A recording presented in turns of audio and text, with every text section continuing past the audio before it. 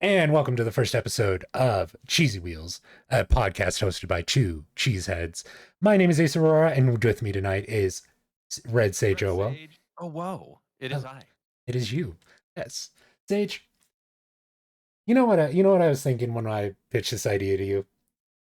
What were you thinking when you pitched this idea to me? Well, I was actually thinking about tacos, but and just for the sake of having conversation, I was sitting there thinking, I want to do a podcast about everybody's favorite anime, One Initial D, Piece. right?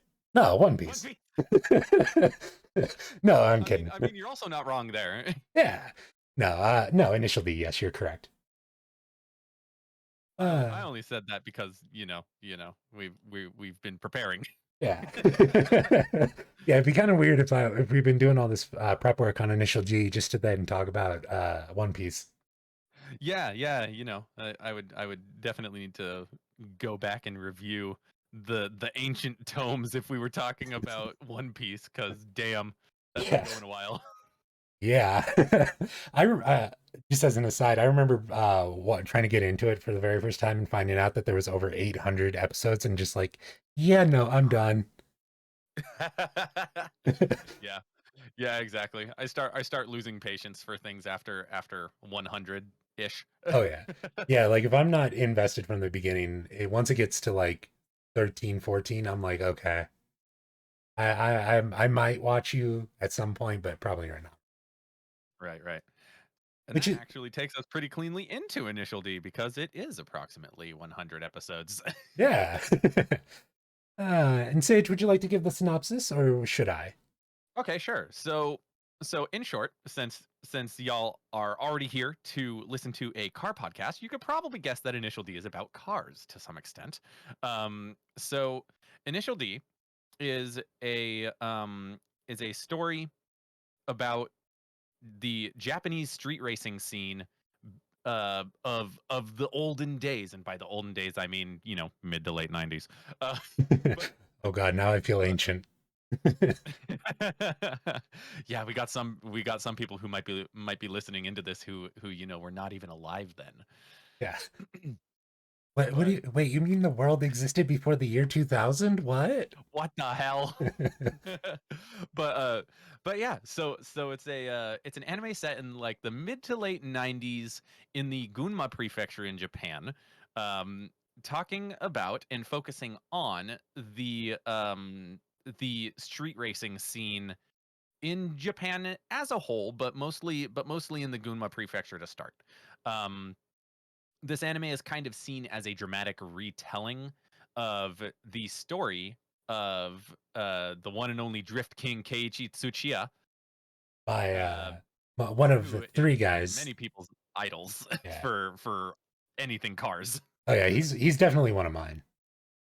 Yeah, for sure. The one and only Drift King himself, um, Dorikin.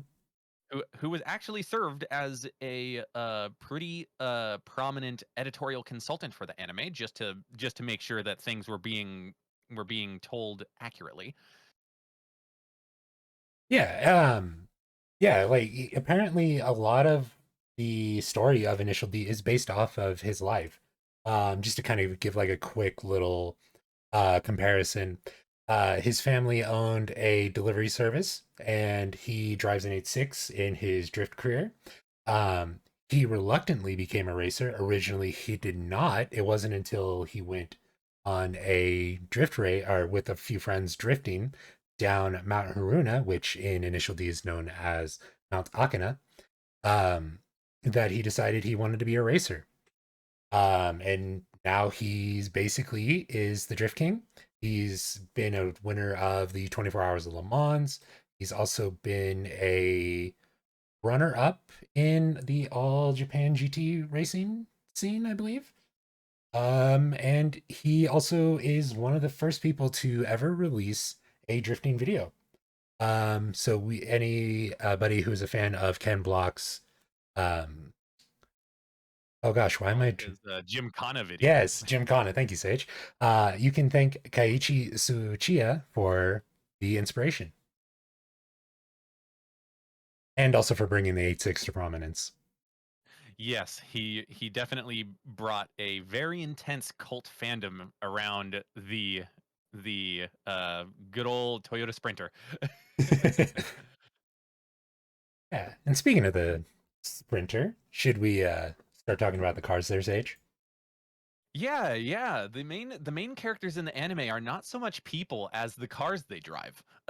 Because just like the people in the series, the cars also end up growing and transforming and improving, or maybe not so improving, uh, as some events that we will talk about will go into. But so the main protagonist of this anime is Fujiwara Takumi, who kind of takes the role of, you know, Keiichi Tsuchiya in the Youngin Days. Uh, and so Fujiwara Takumi drives his father's Toyota AE86. It is a, Sprinter Teruno, uh, and the father's name is Fujiwara Bunta, uh, who we don't really know the history of going into the anime to start. He's just, you know, he's we know he's affiliated with cars and street racing and just car racing in general, just by all of the lessons that he teaches Takumi over time. Uh, Yeah. but but as of right now in the anime, if you've only watched the first two episodes that this podcast right now is covering, we do not know much about Bunta at all, nor his connections. Yeah. We just know that he has a real nice car, and that he tells his son to go deliver tofu for him for the family business. Yeah. And it's also kind of heavily implied by Takumi's other boss that basically the entire reason that there's even a street racing scene in there in the Providence is because of Bunta. Um, and once you kind of watch the series and you figure out what he's done to the car, and we'll be going over that in just a few moments. You start realizing that like he's got some serious cred and pull, and some serious pull in the street racing world. Yeah, he's got the street cred, as Yeah, they say. yeah, he's the OG. Yep. All So right. I'm sorry. moving a little bit forward, we have oh god, what's his last name? We know him as Itsuki. He is Takumi's best friend. Um or at least he says that he's Takumi's best friend. Yeah, I Uh mean, if you've watched the episode, the first episode, and he's sitting there like giving Takumi crap about not knowing what an 8.6 is, despite wanting an 8.6, like you end up going, Itsuke Takuchi, what the hell's wrong with you, dude? How do you not realize that your best friend has the car that you're pining over? right, right. Childhood best friends, you'd think they would have been over to each other's houses at some point. Yeah, So, yeah, you know, like who knows? Maybe Bunta was out every time Itsuki came over. We don't know. that could be. He just sneaks in at like 3 a.m. Yeah, just Bunta just takes the car whenever friends are coming over. Who knows? Yeah, he's like, all right, you got friends coming over, I'm out. Yep. But Uh, yeah, so Itsuki has no car, but is pining after a Toyota 86. yeah, That kind of becomes his white whale that he will eventually kind of get, but we'll end up going over that when we cover future episodes. yeah. Um, So a little bit about the 86. So the Toyota A86 that Takumi drives is the 1986 version that boasted 128 horsepower from the 4A G3U, which is an inline four motor. The motor had 1,587 cc's. Brand new, the A86 was 8,799 yen, or $71.16, which, when you adjust it for today's prices, is 10,433 yen, or $84.38. Basically, meaning if you stream on Twitch and you get your first payout, you could have bought this car, can you imagine getting a car, a whole ass car, for that kind of money? right? Like I would be buying one every week if they were still that That's price. That's its production cost, right? Like fresh out the factory? Yeah, fresh off the factory floor. Wow. So Toyota either was taking an extreme loss or they just made these cars really cheap, or both. Or both. Yeah, Hard to say. Hard to say. The really. whole automobile culture, from country to country is wildly different. Oh yeah, it's insane once you start going to like from America to Germany to Japan to the UK, even Mexico, which you think like would be more heavily influenced by American stuff, considering the proximity, but it's so Right. much different.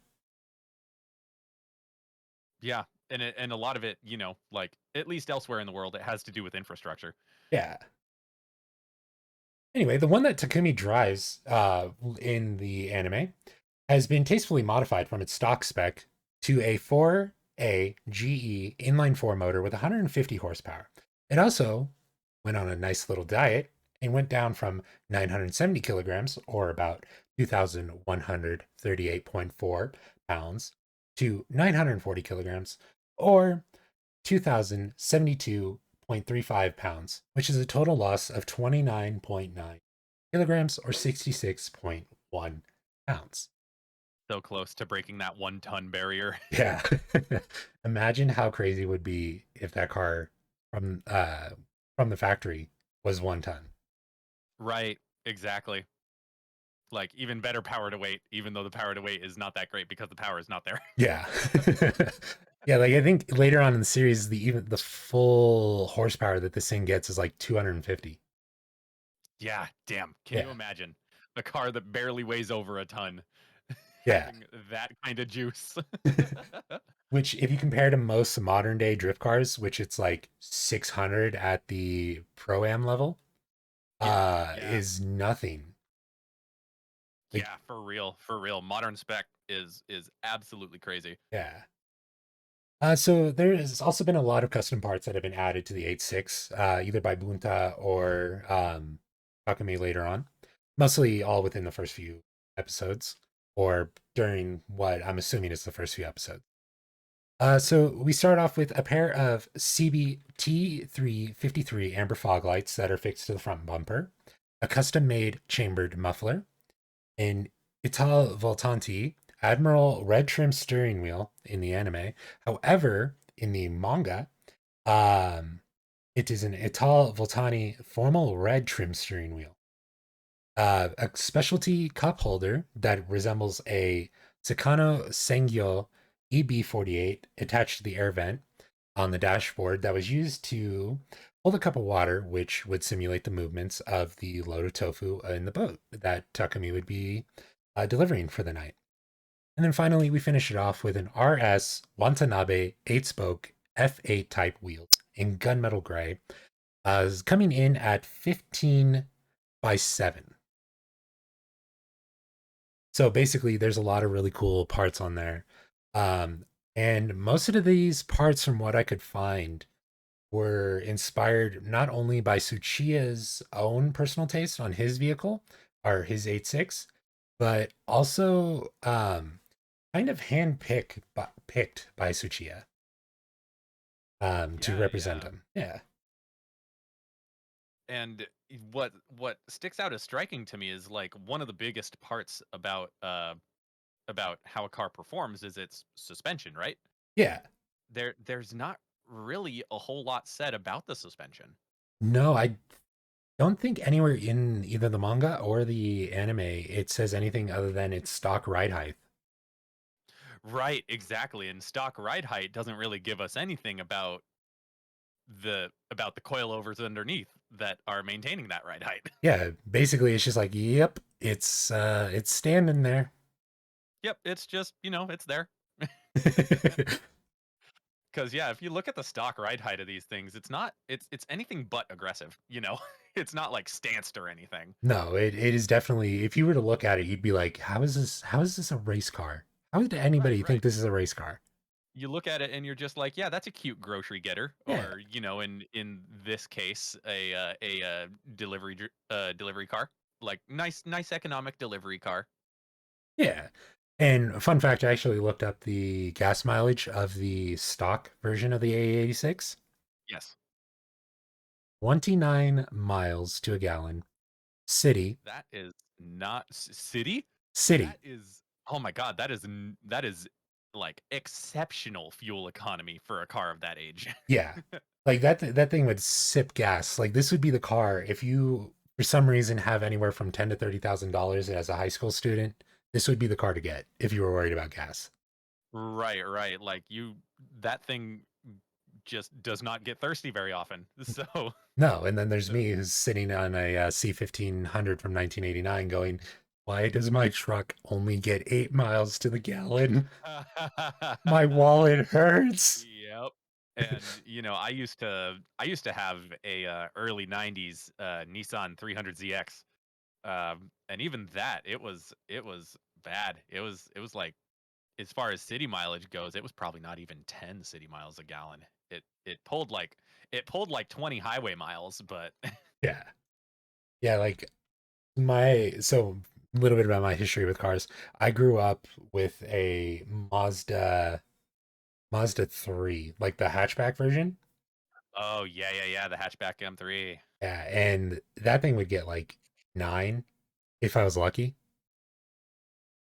That's how bad Wow. that one was. But Wow. it also had issues where it would stall all the time. Um, Mostly because my brother-in-law used to race it. Ah, Yeah. I And, see. and he, I believe, blew up the fuel pump at one point. So it barely got would run. Makes sense. Yeah. uh oh, and also to put things into perspective, for like the power to weight of this car. Um, let me just take a brief aside into my motorcycle specs. Ooh, So so I have a 2020 Yamaha FZ09, ooh, and dirty. uh so to put things into perspective, my granted, it's a modern made motorcycle. My my FZ09 weighs 425 pounds with a full tank of gas, and it's bone stock too. So the figures are accurate for my bike at least. 425 pounds, pulling 115 horsepower, which is just about as much as the engine that Bunta put in this thing. Yeah. So, now that makes me wonder, if somebody out there wouldn't mind drag racing Sage on his bike, and they have a faithfully built A86, could we maybe borrow you and your car and film this? Yes. Can I like take you out to an abandoned airstrip somewhere and do a quarter mile? Yeah. Need to And practice my launches. God, I haven't been on a bike in so long. I am almost positive that if I even tried to do a launch, I would just blow the motor. Just loop it. Yeah. Yeah. I haven't even played around with my bike with the traction control off, cuz it's scary with traction control on already. So Yeah, one of my friends when back when hooligan races were first starting up a few years oh ago, yeah. he custom built a Harley Davidson Sportster, and it weighed 235 pounds wet A with gas and everything. Harley? Yeah, he cut out everything. Sheesh. Yeah, and guess how much horsepower this thing had? God, I like close to 300. 225. So Okay, okay. yeah, it's close to 300, but yeah, and that thing was Damn. scary. And considering you only had the back brake, you don't have a front in hooligan racing. Right. Yeah, so that's even Yeah, scarier. that's scary. Yeah, Yeah, cuz it'll get going, but it won't stop. no, you basically just drift when you want to stop, and hope Yeah, you stop before exactly. you hit something. Yeah. But yeah, so back into our like notable characters that you meet in the first episode here. Uh, so the most prominent member of the Akina Speedstars is Koichiro Iketani. And he's kind of seen as like the fastest, or at least if not the fastest, the figurehead of the Akina Speedstars. Yeah. Uh, and he has a uh, a Nissan Silvia, I believe, the S13. Yes. That was the Silvia era of cars, right? Yes. It was specifically the Sylvia Ks. Right, right. Which is a lovely car, by the way. Oh yeah. I love the look of those things. I do too. I think those and the GTRs are like the two most um what's the word I'm looking for? The two best looking cars ever. Yeah, because we can kind of see with the design language of the Nissan Silvia cars that there was a major like split point in how cars were designed, and it's centered around the Silvias. You either you either go from the Silvias to your GTRs, or you go from your Silvias to the Z cars. And Yeah. you can definitely see how the Silvia influenced each one of those. Oh yeah. Like you can almost pick out like individual parts and pieces where it's like, okay, that's from a Sylvia, that's from a Sylvia, that's definitely from a Sylvia on each of Yeah, them. Anyway, Ikitani's S13, if you don't mind me going over some of his go for it. specs. Go Alrighty. for it. So his S13 has a CA18 DET, which is a dual overhead cam turbocharged motor that produces 179 kilowatts or 172.99 horsepower stock. Ikitani's has been tuned to 200 horsepower, along with having an OEM K's aeroform front bumper, S13 DSL election headlights, a Bride racing seat, Impul RS, but however, in the anime, they are SSR Mark II R wheels, a Nissan S13 stock exhaust, Nismo steering wheel, and because he's the leader of the Akina Speedstars, he's got his own race team on there in stickers. Yep. Got to put a sticker on it. Yeah, and just to give That's how you, you're sorry. that's how you know you're a real racer. You start putting stickers on it. Yep. I mean, what's the joke? For every sticker you gain 10 horsepower. I thought it was 5, but I like 10 more. Yeah. I'm gonna start throwing every sticker I got on my truck. I know you got 340 horsepower, but this sticker makes it 350, and this one's 360. Yeah, how many Summit Racing stickers do you have on that truck? None. I actually don't have any stickers on it. Oh, Yeah, I am a sleeper. nice, Yeah. nice. Yeah, everybody looks at that and thinks my truck is slow, and then they get in it and they're like, oh fuck. Oh fuck. This is too fast. Like, I'm doing 40. I'm down. You got to get you a vehicle where going slow feels like you're going fast. Oh yeah. And it definitely is. It definitely is how that truck is, but I love that friggin' thing. I will be buried in it. I will say that now. No need for a coffin. Just bury me in my truck. There you go. There you go. A fitting end. Yeah. And just to give you kind of some contrast in how much the differences between the A86 and the S13 are. At launch, the 1989 model, which was the only one that I could find because Ikitani's is a 1988, at launch was 1,637,596.27 yen, or about $13,249. Or in today's money, that's 1,898,243.18 yen, or $15,355.08.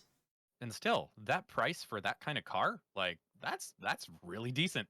That really is like in Imagine getting a car off the factory line at that price. You can't do that today anymore. You really can't. Like the only car that I know of or that I remember being under 20K was the Volkswagen Beetles.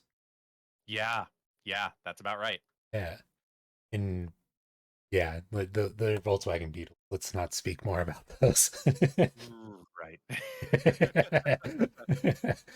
So that is Koichiro Iketani. Um, and then after that, we have a really early introduction to our protagonist's love interest in Natsuki Mogi. Yes, and she has a very special career, shall we say. She is a sugar baby to a gentleman only known as Papa. By the way, he also has a really nice E-Class Mercedes. He doesn't race that though, so we're not going to talk about it. Yeah, it's basically just there to show he's got money. Yep, it's stereotypical luxury car. Yeah. And I'd also like to point out, just because it's mentioned in the anime, you can have Mogi as your sugar baby for 120,000 yen a month, or about 1,200 bucks if you want a quick conversion. Man, that would on it like let's just take a step back here and I won't I I am not a person that is prone to judging others for, basically anything. Um but can you imagine just finding finding the rich gaze of an old man and just getting $1,200 a month for not a whole lot. Yeah. Um, I I feel really weird saying this, but if there's any rich old men or women that would like to give me 1,200 bucks a month, I'm available. Hi, Yeah, my name is Ace. yeah, I'll give you my PayPal. Yeah, hit me up on that Venmo. That's kind of like on Twitter how like a lot of artists were talking about the $500 Kofi Oh. hero. Just someone decided to start finding artists' Kofi sites, Kofi pages, and just started randomly donating $500 to people. It was it's kind of like that.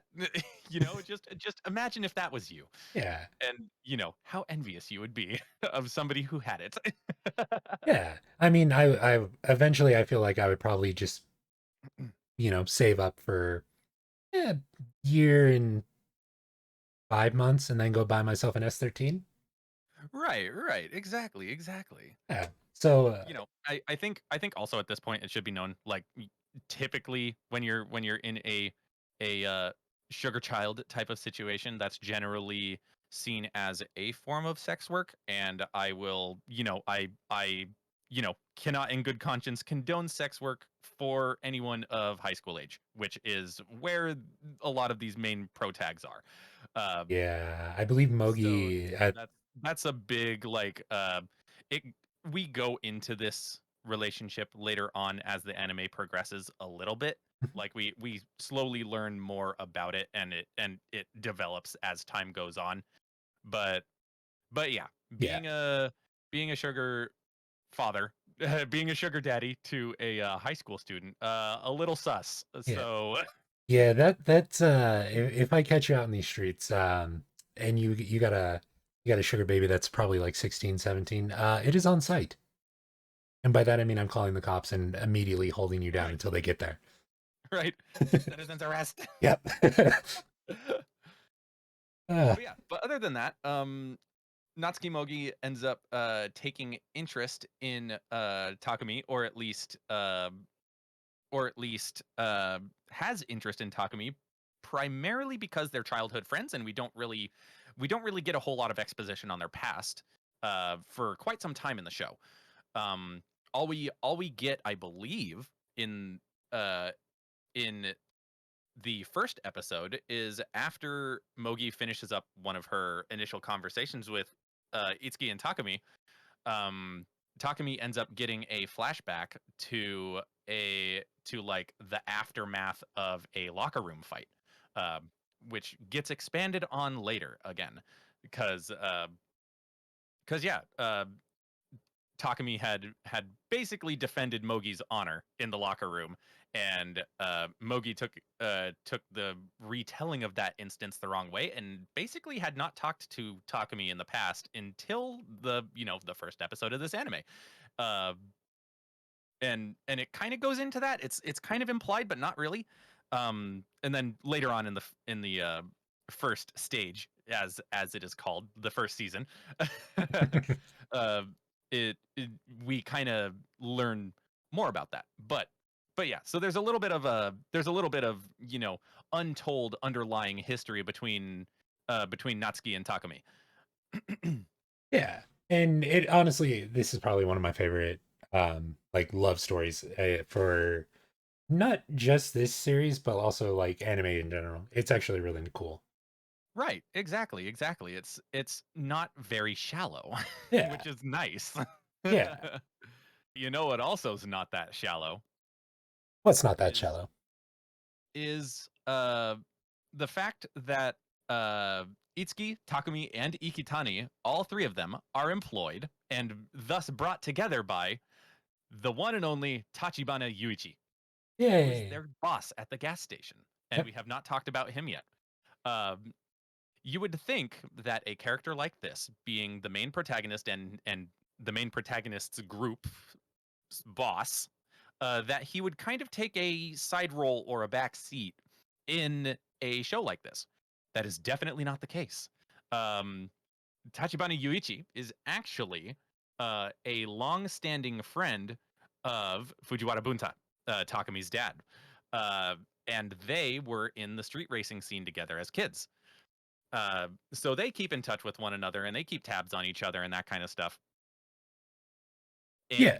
And not only that, but you know, Yuichi has uh, has a bit of history in street racing of his own, so he can hold a conversation and actually serve as another mentor role to all of these young guns trying to find their keep in the street racing scene.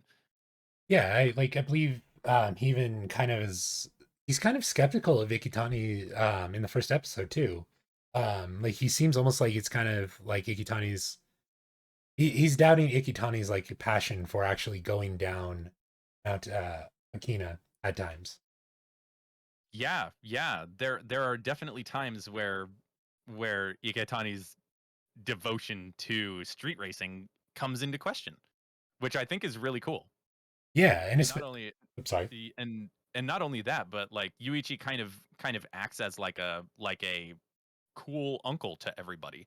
And I think that's a really cool like position for this like not so side character to be in. Yeah, it honestly is, especially considering that like most side characters it's like, "Hi, I'm here. Bye, I'm gone." And Right. you never see him again or they show up in the beach episode. Yeah, exactly. Also, by the way, he drives a really nice Toyota Camry. Yeah, you don't usually think of a Camry as a nice car, but what info did you find on his Camry? So his Camry actually does not have any mods. It is basically completely stock. The only thing about it is that Tachibana's is one of two Camrys from the factory that had the wide body. Ooh, the wide body ones. Yep. So he basically has not really put a lot of work into it, which I kind of understand because he's a former racer. He probably is more like, let me look good and go slow at this point. Yeah, exactly. I want a car that's comfortable for once. Yeah. I don't want to feel everything go up my back because I'm hitting the road at 100 miles an hour. Yeah. So that's basically his Toyota Camry. There's not too much specialty about it. Although I did find one rumor, and I kind of hesitated to bring it up because I couldn't find any proof, like a grain of truth or anything like that. Mm. But apparently there is a rumor that the Toyota Camry that he is driving is one of the few automatics at the time. Oh, okay, okay. Yeah, I mean that can make sense given that automatic transitions were first starting to come into focus at around that time. mhm. This was still the era where automatic transmissions were the luxury option, but they were still, you know, a thing. Yeah. But I don't believe, other than the first episode, we even get a look inside his Camry, so I can't verify it myself. And Exactly. And even then, the look inside his Camry is at him shaving his face, not the controls. yeah, So, yeah. So if it is true, awesome.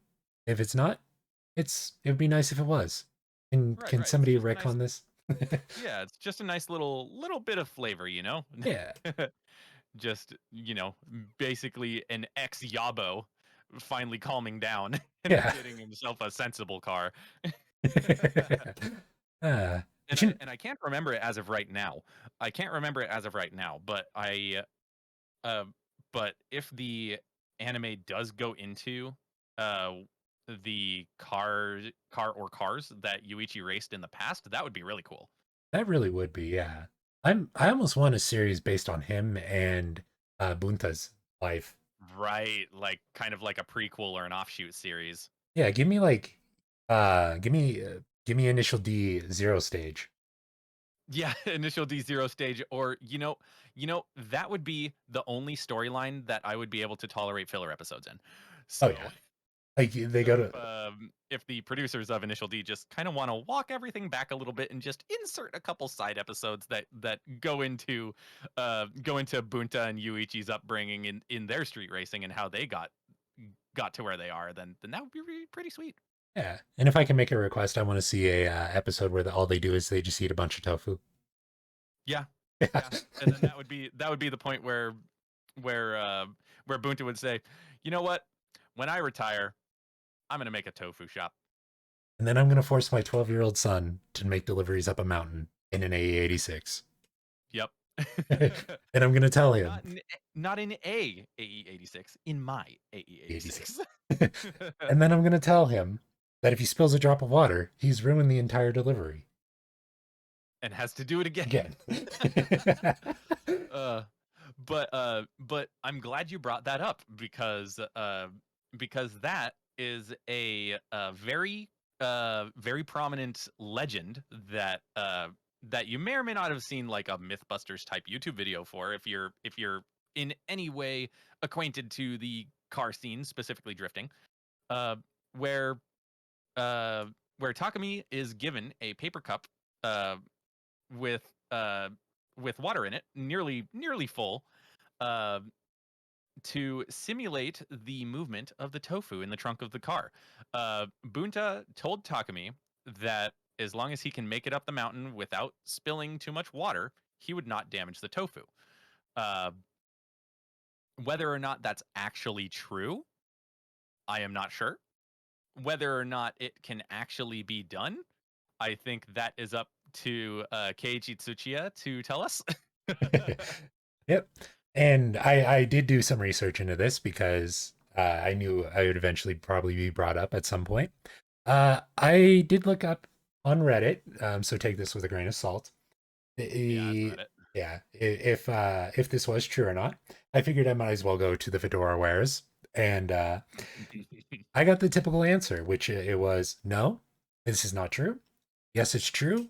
And have you ever seen any drifting videos with a really hot girl with big boobs and while they're drifting her boobs bounce? That's the three answers I got. Yeah, sounds about like Reddit. Yep.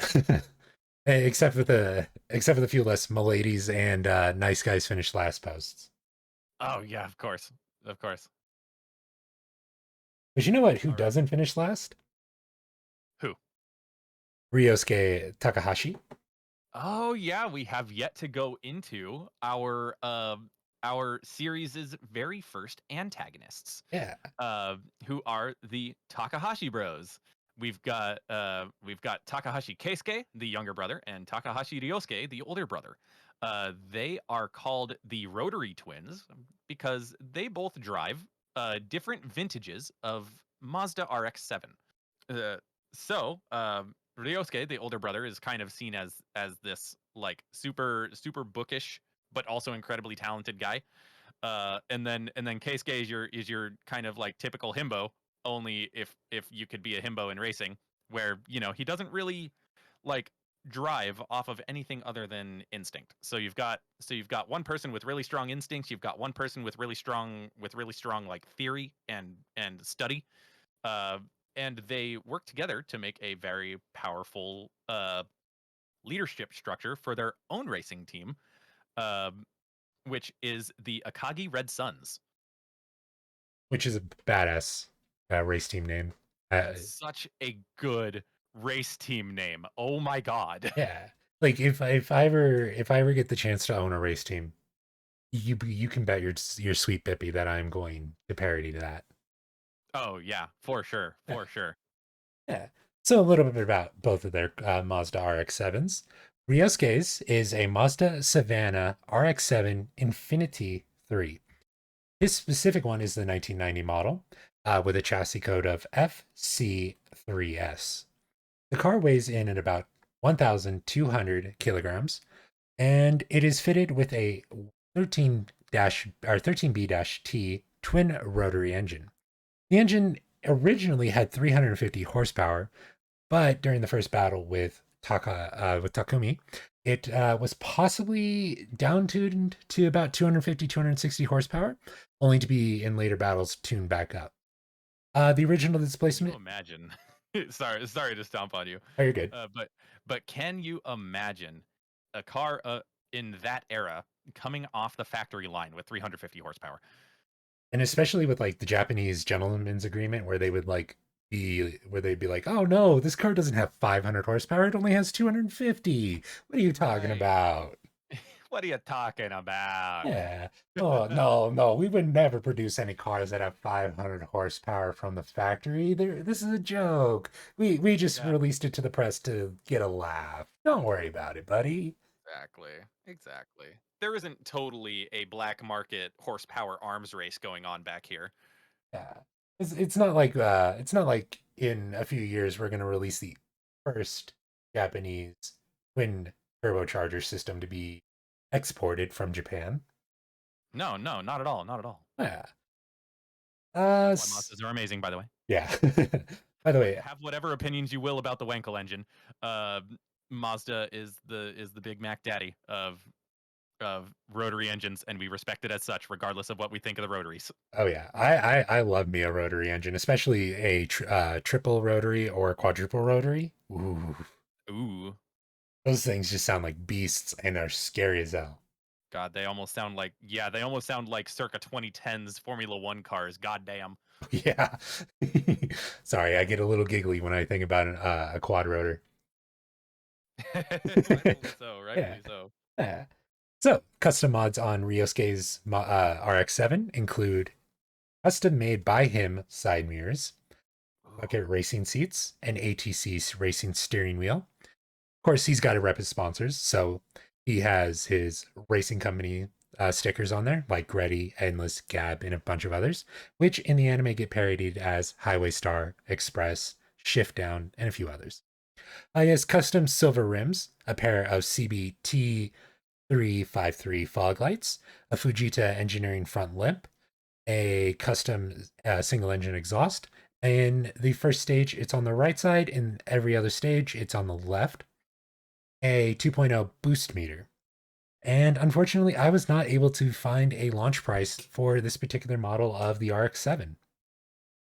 that's a real shame because you would think that this is the FC was one of the first like fast rotary cars, right? Yes. I believe at the time it was within the top 10 fastest rotaries, if not the Yeah, top that's five. I mean, right, right. And you know, back in those days, you know, the rotary engine wasn't and still isn't all that common. But it's a surprise. It's kind of surprising just how many manufacturers were making rotaries in that time, though. Like we most commonly associate Mazda with that, but it seems like every JDM car kind of took a dip into rotaries or at around that time. Yeah, it was. I believe the Wankel engine was at that time was supposed to be the next great high horsepower motor, and they ended up going the wrong direction because they forgot that it needs to have complete seal pressure. And a lot of car companies did not understand that you need to have something that can withstand that high pressure at all times. Uh, Yeah, not to mention the fact that the deterioration of those apex seals over mhm. time anyway can The lead to issues if you're not on top of it. Oh yeah. By the way, do you know why Mazda's Wankel engines are actually really good? Uh, doesn't it have something to do with the way the motor is balanced and like in terms of the internal motions of the engine, like it counterbalances itself whenever it rotates? Yep, that is one of the reasons. The other reason is that the Apex seal uses graphite, and the nice little compression seals on it are basically just pencil lead. Okay, Yeah. okay. So and for those of you who may not necessarily be in like the engineering scene at all, but outside of its use in pencils, graphite is a very common dry lubricant. Yep. So it's not like somebody at Toyota is just going, hey, hey, or Mazda, sorry, is just going, hey, hey, I'm gonna throw this pencil in there and call it good. No, it actually has a solid use case because I correct me if I'm wrong, but if not for the graphite, early Wankel engines would have had to still use a fuel oil mixture in their gas Yep. to And keep the engine lubed. yep. And a lot of higher horsepower Wankels still do have to.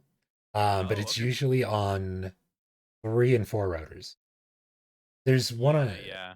yeah, there's one on YouTube that sounds amazing, and it's by oh gosh, what is that YouTube channel? If I remember, I'll put it on yeah, on screen so that way y'all can see it. But basically he what the owner uses is he uses 91 octane and then puts in marine two-stroke oil. Oh, Yeah, wow. yeah. Keisuke's Mazda Ifini, not Infini, RX-7 Type R, has a chassis code of FD3S. The weight of his car is 1,200 kilograms. His FD is fitted with the 13B-REW twin rotor rotary engine. The engine he has in there is the twin sequential turbo motor and boasts a very, very nice 340 horsepower, which would be later tuned to 450. At stock, it was 1,308 cubic centimeters of compression. Also, Sage, did you know that the 13B-REW was the first ever mass produced sequential twin turbocharger system to be exported from Japan? That is crazy, Yeah, actually. yeah, I Boy, didn't. Keisuke is driving a history book. He is, yeah. So, some of the custom parts that he has on his car are a Mazda Speed front lip, a Pan Speed wing, a Mazda Speed MS-01 rims, upgraded intercooler, a turbo gauge, a suspension kit, a muffler, a Mazda Speed steering wheel, a sports computer, which I found rumors that it was either an early Haltech or AM model, an electronic boost controller, a sequential adapter turbo blow off valve, and Recaro bucket racing seats. Uh, and again, I unfortunately was not able to find a launch price for these. Yeah, damn.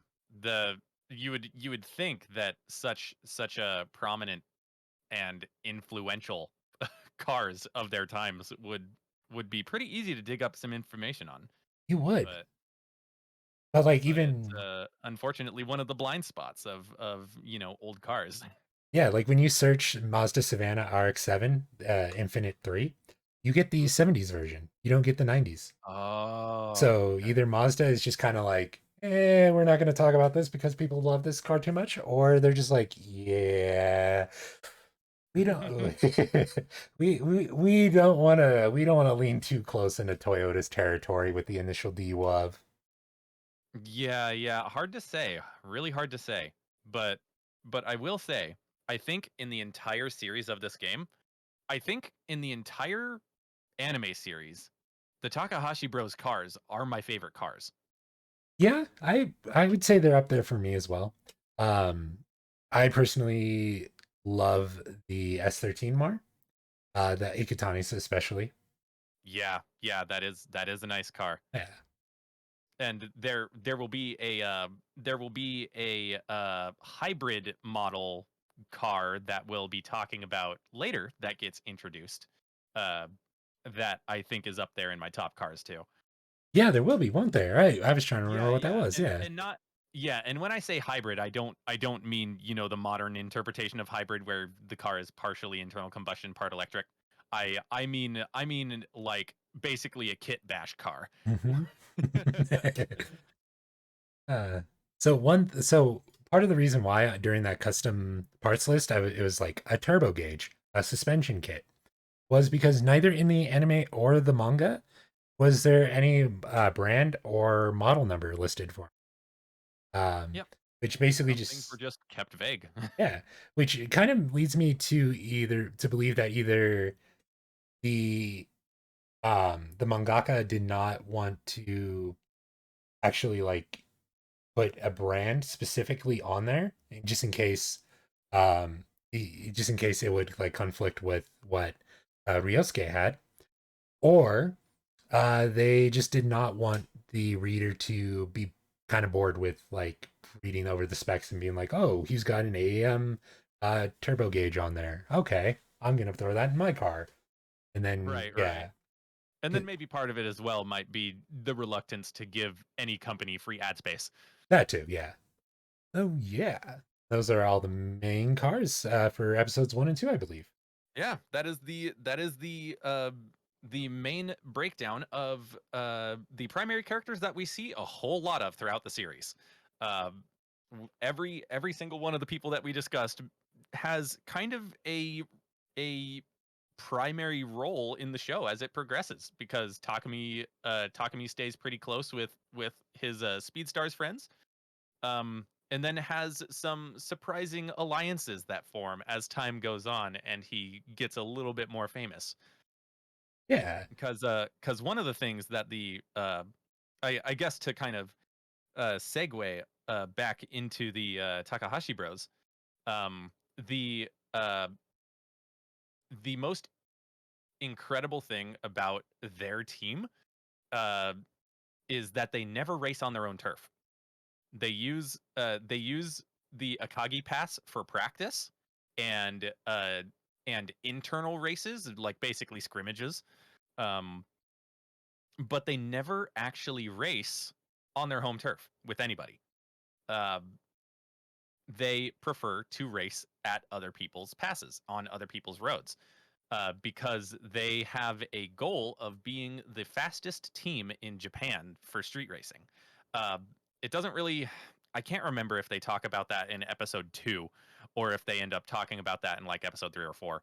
But like Akina Pass is their basically their first stop on their country on their conquest over the whole country because they talk about Akina being the first step into the Gunma prefecture, uh, and they basically want to humiliate the locals and set the fastest times that nobody can beat on all these passes to make names for themselves, which I think is a pretty cool plot device. Yeah, that really is because like most when you think about street racing, it's usually like, oh, I want to be this fastest street racer in my city. It's never like I want to be the fastest street racer in the country. Right, right. Like we don't care about our hometown. Like we know we're the fastest there, and nobody else will beat that, Hmm? so we don't care. Yeah, like So we want to be the fastest everywhere else too. yeah, like even in episode 2, like you see one of the Takahashi brothers basically be told by the other one like go set a time that the locals will never beat. Like Yeah. you'll never be able to have somebody else beat this time. And then a nice little black and white A86 kind of ruins that plan. Yep, just kind of sneaks up right behind Keisuke and then just has a nice little ad hoc unofficial little battle. Mm-hmm. In which one of my favorite lines ever is said, And what is that line? inertia or nani? Inertial drifto, which I Yep, yep. yeah. I That's mean, like right at the end of episode 2. It's hard to miss. yeah, and it just sets up like one, it sets up how many times Nani gets said in the series because, well, let's face it, Takumi is a crafty little boy. Yeah, he's just full of surprises, that child. Yeah. Not to And mention that he's basically driving the ultimate sleeper car. oh yeah, like you would if you saw that car coming down the road, you would just be like, yeah, whatever. Yep. Yeah. And then it also sets up the fact that like Takumi does not really understand what racing is. Yeah, yeah, he's surprisingly aloof to like everything related to car culture Yeah, because in his upbringing, driving a car is a chore, you know? Yeah, and even like there's a scene where Ikitane, Itsuki, and Takumi are all watching Saichi drifting around the track, and they ask Takumi like, "What is drifting?" And he gives like the most masterful answer ever. And basically it's just like about how it's controlled understeer rather than controlled steer, and everybody except for their boss gives him shit. Like they're just like, "You're so Yeah. stupid. You're stupid. You don't know what this is, ha, loser." And their boss is just like, "He knows what he's talking about." Oh, He doesn't Mr. Bossman does not say anything out loud, but he's just like, wow, that is the explanation that a pro drifter would give for what a drift is. yeah. It just goes to show our local street racers' lack of understanding of what a drift truly is. Yeah. But I honestly too, like I feel especially at that time when drifting basically was brand new, like a lot of people did not Oh really yeah. understand what drifting was. And so it really would take like the old school, the how should we put this? The vanguard of drifting Mm. to kind of be like, hey, it's not a controlled oversteer. It's a controlled understeer. Like you're doing it wrong if you think it's an oversteer. Right, right, exactly. It's an entire like philosophical shift in a way. Yeah. Like once you start thinking about it in that way. And I think one of the going back to just how hilariously unaware of car culture and racing Takumi is, I think the most hilarious like motivator for why Takumi is as fast as he is because he hates driving and just wants to be done with it as soon as possible. I mean I mean anybody who's driven in Southern California knows that feeling, Takumi. So we're with you, Oh my bro. god. Yeah, if though that being said, we as Americans have quite a different relationship with vehicles. Oftentimes it's someone's life aspiration to get a specific vehicle and take it to a specific place. Mhm. So, um like there's massive cultural differences there, but if I were middle school aged, just getting started with being taught with how to drive, uh, and I was able to drive a mountain pass at like 3 a.m. every morning, I would be hyped as hell. Oh yeah, I would have Like been I'm too. I'm too young to have a driver's license. I'm in seventh grade, and my dad is telling me to do the business deliveries for him. Okay, I'll do it. Hell yeah. But Takumi's just like, do I have to? Dad, it's 3 a.m. I want to sleep. Yeah. Uh, uh, and I honestly like you were mentioning life aspirations to get a certain car and take it somewhere. Yeah. What just to kind of relax, now that we've talked the business and the seriousness. What is your dream car, Sage? That is a very interesting question in that I haven't really thought about it a whole lot.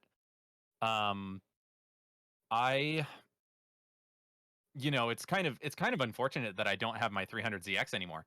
Um and there's like a whole story behind that I don't need to get into here. Just brief summary is that it was stolen.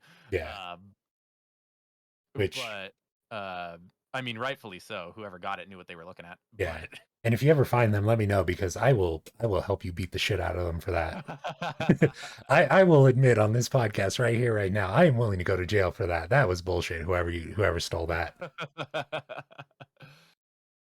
But yeah, so uh for a like first car that actually had a title in my name, that was a fantastic first car. And I don't know if there's really any good way to top that. Yeah, like But I do like me the older cars, which is really unfortunate because the older cars are the ones that get stolen. mm-hmm. Yeah. So like I call me weird. Call me weird here. But the early 2000s BMW M3 is pretty high up there. I don't I know what it is. I don't know what it is, but I just love the design language of the early 2000s Beamers. They really are nice. I used to work with a guy who basically turned his into a drift missile. Oh yeah. and that thing was sexy, even with like no seats, no AC, nothing. It was nice. Yeah, yeah. And then a car that my dad had that I never had an opportunity to drive because my dad was more of a yob than I uh was a I believe it was a 96 Toyota MR2 AW11. Ooh, ooh. And and the reason I have such a fixation on this car is uh because he had it while I was driving age.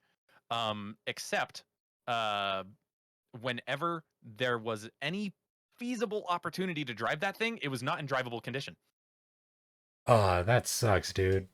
So, so my dad would go out, ride it hard, put it away wet, that kind of business. Um, and there was just none of it for me. Like that's a car. That is a fucking car. That is, yeah.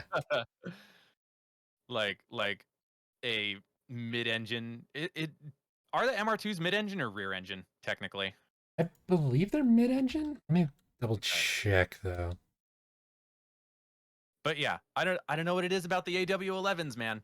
But they got that look. Yeah. Oh, we could have figured it out. The MR2 is a mid-engine rear-wheel drive, so MR. Okay, okay. Yeah. Oh, I didn't know that that's how they designated it. I didn't either. Like I thought it was some. Oh, right, because in the show, like as it progresses, they talk about FFs and FRs. And I was racking my brain as I was watching the show as to like I know what the second F or the R mean because that's where the drive wheels are. But what the fuck does the first F mean? That's the engine location. Yeah. So Yeah, and then you get those weird ones where it's like RR and you're just like, why is it wait why a is yeah. Hold up. minute. Yeah, and see with me who is more acquainted to the motorcycle scene, RR does not stand for rear engine rear wheel drive. It stands for race replica. Yep. So like a super sport, you Yeah.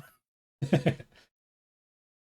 Yeah, and then there's me who's into Harleys and sees like RRs and goes, "Oh, that's race ready." Race ready. Oh, I see, I see. Yeah, and basically all the race ready means for Harleys is that it just has a little computer that you can program a tune into. Oh, okay. Yeah. They just put the computer in there, but they don't apply the tune. Yep. There's like you can do that yourself. You're You can paying either do it yourself or pay us a couple thousand more dollars to do it for you. yeah, you're paying $50,000. What's 2,000 more dollars? Yeah, imagine getting a race tuning on your Dynaglide. Oh God. No, imagine getting your race tuning on your Dynaglide trike. Oh God. Yep, my trike Uh, can do a wheelie at 110 miles an hour with 230 horsepower. God. And I never understood tuner big twins, honestly. If I'm being totally honest, I never understood like big twin tuning No, there. because it's supposed to be a relatively comfortable bike that'll just munch the miles. Yeah, you're supposed to go long and cruise and relax. You're not Yeah. going. You're not doing like what Sage's bike, where it's like, oh yeah, I'm comfortable at 200 miles an hour. Well, I mean, and with my bike specifically, since it's more of a torque monster than a top speed monster, um the my bike is more about I'm here to go from 0 to 60 as fast as fucking possible. Cuz it as far as where my bike tops out, it's relatively unimpressive. But when you look at its torque, it's a beast. So That honestly, like from the little bit that I know about your bike, that it honestly is a really nice bike. yeah, and I'll send you a couple pictures to put in on the vid for relevance and visuals. Yeah, perfect. But yeah, I love that thing. I found out that it's not about how fast you can go, it's how quickly you can get up to speed that's fun because when your butt dyno does the talking. Like you're not even looking at the speedo or the revs or anything. You're just paying attention to the pressure of your ass pressing into the seat as you pin it. And it's just like, yeah, this thing fucks. And the cool thing about it though is it's not even that it's got a look to it, but it's not a look that just pulls eyeballs like your stereotypical Ducatis or your Triumphs or things like that. Because it's kind of your stereotypical, lightweight Asian bike. And most people don't look at those twice unless they know what they're looking at. Yeah, honestly, like for so for me, like with bikes, the most I extend to is like Indian and Harley. So, but like Sure. from the pictures that I've seen that you've posted on Twitter, and just from what you described it as, I'm like, holy crap, am I missing out on a really cool world? The the Asian bike scene is amazing. And you can still find like Yamaha and Kawasaki and Suzuki big twins that are, really good. Yeah, like when I was growing up, one of my favorite bikes ever was the Firehawk. Ooh. And there's a guy in town who he has one, but he's done the stupidest thing ever and stretched it. Oh. And every time I see it, I'm like, why? Why does everybody got to put a long swing arm on their bike? Yeah, there's no real reason if you're just cruising around town to do that. Don't do it. Don't. Yeah, exactly. Like Yeah. you put a long swing arm on it to prevent you from looping it at the drag strip. Yep. It's not for I'm gonna sit here at the light and do the sick burnout. No. Right, no. No. You can do that with any length of swing arm. Yep. Well, anyway, Sage, I think it's about time we wrap it up for this episode. What do you think? I think so. We had a good pilot episode, I think. I do too. I'd like to thank you for joining me tonight, Sage. Yeah, and thank you for having me. I'm looking forward to the rest of this series. Yeah, same here. And you're welcome. I am very much looking forward to the rest of the series as well. Hell yeah. And yeah, We will catch y'all next time on Cheesy Wheels. cue the outro music.